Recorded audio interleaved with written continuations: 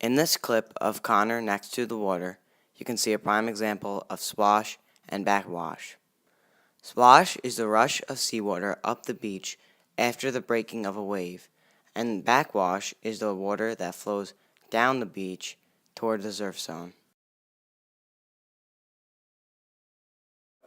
This clip of Trevor exhibits a wave-cut cliff at the beach.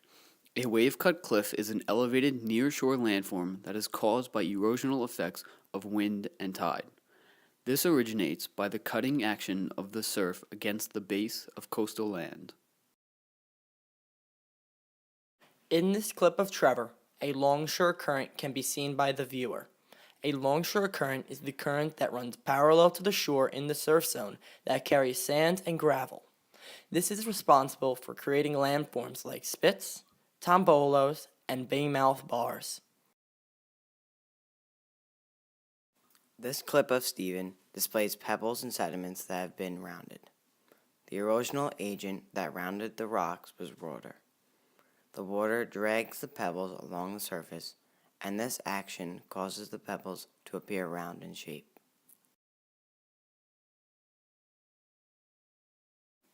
Connor in this clip is standing in front of a headland. A headland is a narrow piece of land that juts out into the water from the mainland. Off of a headland, landforms such as spits and tombolos form from the longshore current which deposits sediments along the headland. In this image of Stephen and me, you can see a spit. A spit is an elongated ride of sand that projects outward from the land into the mouth of an adjacent bay. The spit that we are standing on was formed by the longshore current that deposited sediments.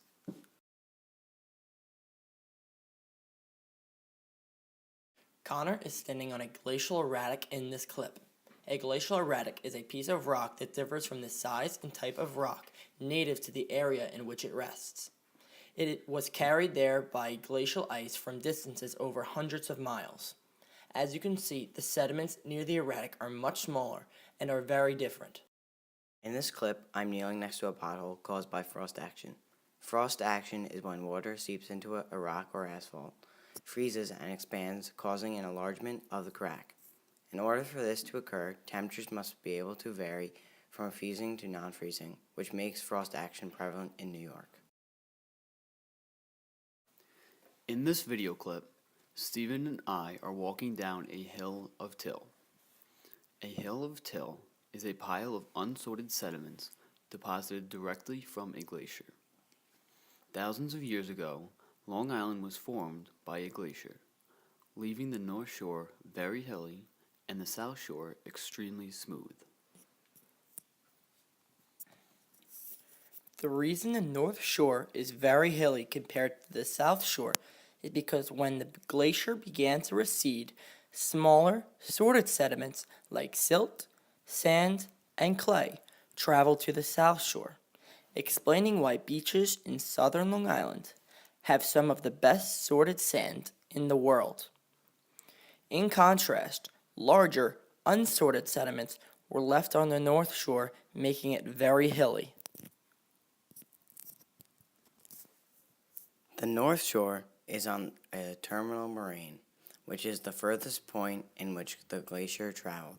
The terminal moraine is the hilliest part of the island. This is why roads such as River Road and Long Beach Road are very hilly. In these images of Connor and me, weathering and erosion is prevalent on the tombstones. The tombstone that Connor is next to was placed there in 1831, and the tombstone I am next to was placed there in 1870. Despite the fact that Connor's tombstone is older, it is still more legible because the rock it is made of is more resistant to weathering than the rock that my tombstone is made of.